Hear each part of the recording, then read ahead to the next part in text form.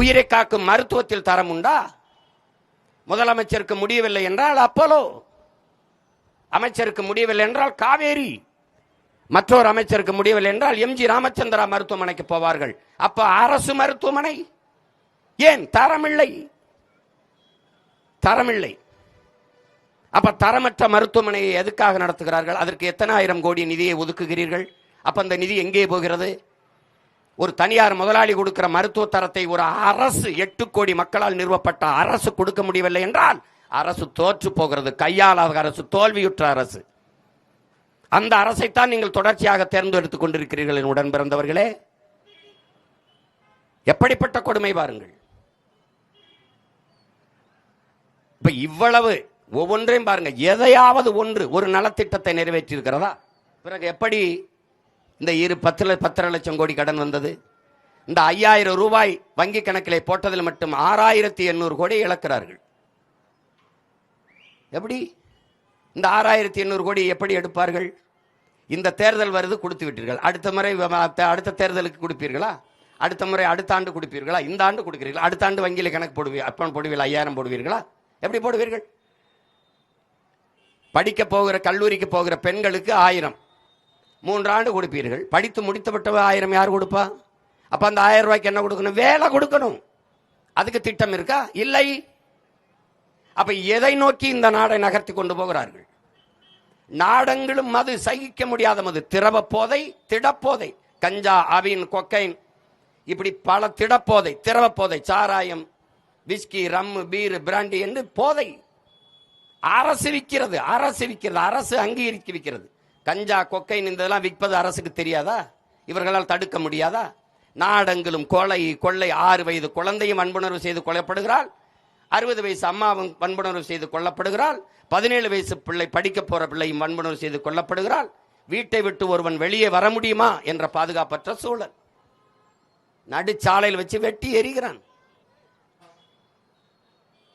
அப்ப எதை நோக்கி இந்த நாடு செல்கிறது? எப்படிப்பட்ட ஆட்சி முறையை இவர்கள் நடத்தி கொண்டிருக்கிறார்கள்? மதுவை வைத்துக்கொண்டு, அரசே மதுவை வித்துக்கொண்டு பெண்களுக்கான பாதுகாப்பு என்பதும் சட்டம் ஒழுங்கும் என்பதும் வேடிக்கையானது. ஒரு வெட்டி பேச்சு. அது எப்படி காப்பாற்றுவீர்கள்? குற்றம் செய்கிற, குற்றச்செயலில் ஈடுபடுகிற 95 பேருக்கு மேலே நிறைந்த போதையில் இருக்கிறான். ஒன்னு திடப்போதை அல்லது திரவ போதையில் தான் செய்கிறான். தன்னை மறந்த நிலையில் இவ்வளவு குற்றங்களையும் செய்கிறான். இந்த நாடே ஒரு குற்ற சமூகமாக மாறி நிறுத்தப்பட்டிருக்கிறது. இதை எப்படி தடுப்பது? யார் தடுப்பது? இதையெல்லாம் பார்த்து சகித்து பொறுக்க முடியாமல் தான் உங்களிடமிருந்தே உங்களுக்காக கிளர்ந்து எழுந்து வந்தோம். என் உடன் பிறந்தார்களே, எப்படியாவது இந்த நிலையை மாற்ற வேண்டும் என்று இவர்களுக்கெல்லாம் எதையாவது கொடுத்து, மிக்சி கொடுத்து, கிரைண்டர் கொடுத்து, அண்டா கொடுத்து, பரிசு பெட்டி கொடுத்து, சிலிண்டர் கொடுத்து, எதையாவது கொடுத்து உங்களை ஏமாற்ற வேண்டும் நினைக்கிறார்கள். இந்த நிலையிலிருந்து எப்படியாவது எம் மக்களை மாற்ற வேண்டும் என்று நினைக்கிறோம். இது ரெண்டுக்கும் தான் இந்த தேர்தலிலே போட்டி. இவ்வளவு பிரச்சனைகள் இந்த நாடு எதிர்கொள்கிற எல்லா பிரச்சனையும் தந்தது இவர்கள். இதை தீர்க்க வேண்டும் என்று வந்தவர்கள் நாங்கள். 2 பேருக்கும் தான் இந்த தேர்தலிலே போட்டி.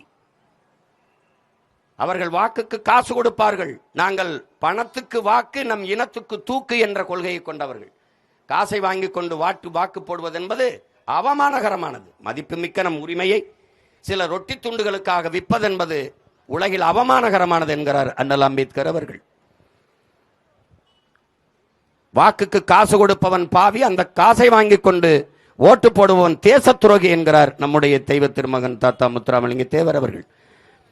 பேரறிஞர் அண்ணா அவர்கள் தங்கத்தை யாராவது தவிட்டிற்கு விற்பானா என்று கேட்கிறார்கள்.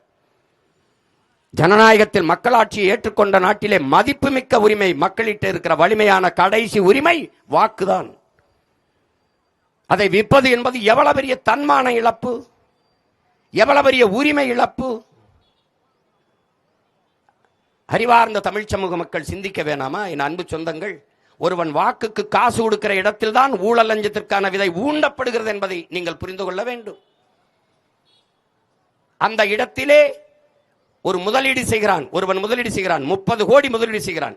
இப்ப இந்த திருத்தணி தொகுதியிலே போட்டியிடுகிறோம், 25 கோடி 30 கோடி செய்கிறான். ஒரு ஓட்டுக்கு 500 1000 என்றால் 30 கோடி முதலீடு செய்கிற ஒரு முதலாளி லாப தேவைக்கு முதலீடு செய்வானா, மக்கள் சேவைக்கு முதலீடு செய்வானா என்பதை அறிவார்ந்த என் அன்பு சொந்தங்கள் சிந்தித்து பார்க்கணும். அந்த இடத்திலே வாக்குக்கு காசு கொடுக்கிற இடத்திலே சேவை என்கிற சொல் செத்து விழுகிறது. லாப தேவை என்கிற சொல் பிறந்து விழுந்துகிறது, எழுந்துகிறது. அங்கே மாண்புமிக்க ஜனநாயகம் கொலை செய்யப்பட்டு கேடுகட்ட பணநாயகம் உயிர்த்து எழுகிறது. பணம் இருக்கிறவன் தான் அரசியல் செய்ய முடியும் என்ற நிலை உருவாகுமானால் என் அன்பு மக்களே, இந்த நாட்டில் முதலாளிகளுக்கான அதிகாரம் தான் கட்டமைக்கப்படும். உழைக்கும் அடித்தட்டு மக்கள் 5 விழுக்காட்டு முதலாளிகளுக்கான அதிகாரம். அப்ப 95 விழுக்காட்டு மக்கள், உழைக்கும் மக்கள், பாட்டாளி மக்கள், இவர்களுக்கான அதிகாரம் எங்கே? எங்கே மக்களாட்சி? எங்கே மாண்புமிக்க ஜனநாயகம்? எப்படி இருக்கும்?